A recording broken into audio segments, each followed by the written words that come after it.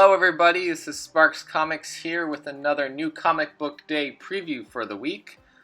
This will be for the non-DC books. In particular, Marvel and Boom are the two I want to highlight for this week.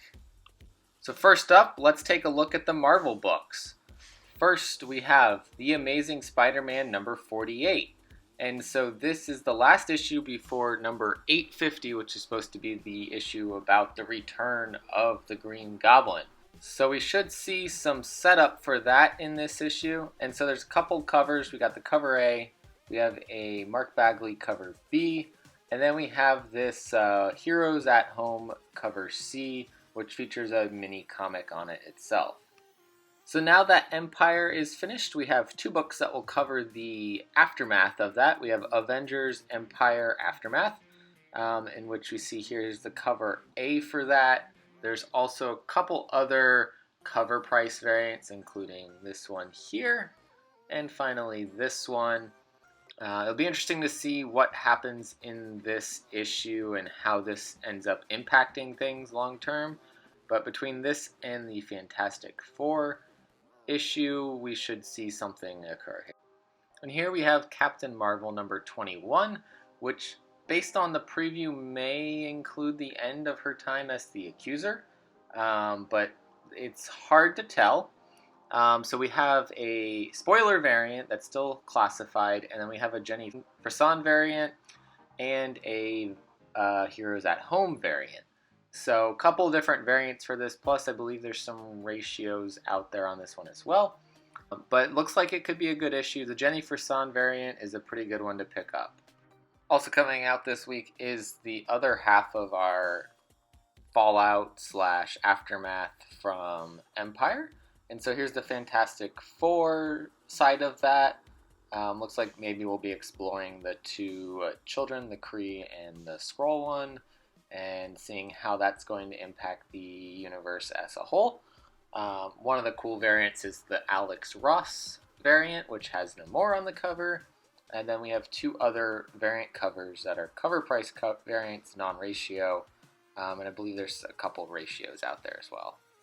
I'm excited to see the Magnificent Miss Marvel return, following along on that Outlawed storyline that's going to cross through to the Champions, to Miles Morales, to a couple other titles. So it's good to see this one come back, and I look forward to reading what happens in this one.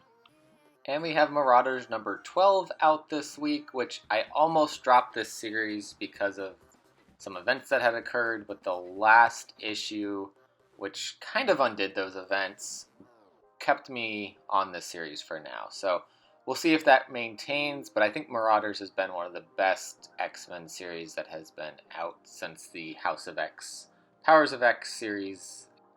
And Ravencroft finishes this week with Ravencroft number 5, so I think this plus the Spider-Man book this week should give us a clue as to what's going on with Norman Osborn and how Sin Eater ends up affecting him.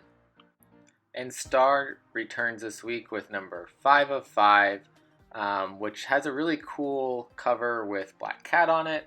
So might pick up that variant just to have it, but I haven't been reading the Star series. Then we've got a couple reprints. We've got Strange Academy number 2. This is the third print, which features the faculty of the Academy on it. Followed by a couple Thor reprints. We have number 1, number 3, and number 4 all receiving new prints. And finally, the one I'm most excited for this week is Web of Venom Wraith number 1. We finally get to see what's going on with Wraith and Null, and it has a really cool cover B here. I like the art on this one, even though Null does look a little bit uncharacteristic here. And then we have something from Boom Studios, who has easily become one of my favorite non-Marvel comics producers because they have been putting out some really great series recently. So we have 7 Secrets, number 1, third printing variant, which is orange. The second printing variant was yellow, which was kind of cool. No new story here, obviously. It's still the same story, just a reprint. But it's a cool cover. I'm going to add it to my 7 Secrets collection. And then another really great story to read this week is Something is Killing the Children. It's on issue number 10 this week, so I'm really looking forward to reading this one. And so that is a preview for this new comic book day. There isn't anything major in terms of first issues coming out this week. There's a couple cool reprints coming out this week, and I mean, probably the biggest Marvel story is going to be Web of Venom Wraith, as that's going to tie into Null's coming to Earth, and it's going to tie into everything else that's going on with Venom. As always, thank you guys for watching this video.